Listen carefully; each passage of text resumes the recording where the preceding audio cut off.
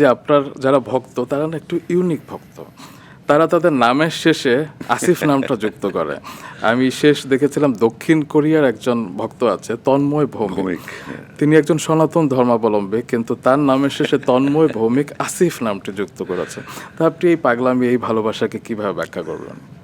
এটা আসলে আনবিলিভেবল যে আমাকে যারা আসলে ভালোবাসে তারা কিন্তু একদম স্টাডি করে। কখনো কখনো আমি দেখলে বিরক্ত হয়ে যাই, এসে দাঁড়ায় থাকি বা কোথাও দেখা হলে আসিফ ভাই ভাই আপনার ভক্ত এনেছেন, একটা কাজের সময় ভক্ত বাধ্য সরো এখান থেকে বক্তা থেকে, কিন্তু আমি ফ্যানদেরকে, বাট এরা মাইন্ড করে না, এরা এনজয় করে, এরা জানে যে এই লোকটা এমনই, কিন্তু অধিকারের জায়গা থেকে বলেছে বস। এটা ওর জানে যে এই লোকটার মাথার গরম আরও করলে আরও বিপদ হবে, তো বেটার এখন সরে যায়, পরে কোনো না কোনো সময় ডাকবেন উনি। তো এটা আমি করিও। তা আমি মনে করি যে মনের ভাবটা প্রকাশ করে ফেলা উচিত। আপনি বোধহয় সেই তন্ময় ভৌমিক আসিফের সাথে দেখাও করেছিলেন। কোরিয়ায় দেখা হয়েছে ইনচনে। তো ওকে আমি প্রায় 200 মাইল দূর থেকে আসছো, ওর ছবি তুললাম, কথা বললাম, এবং সে ভালো গান গায়।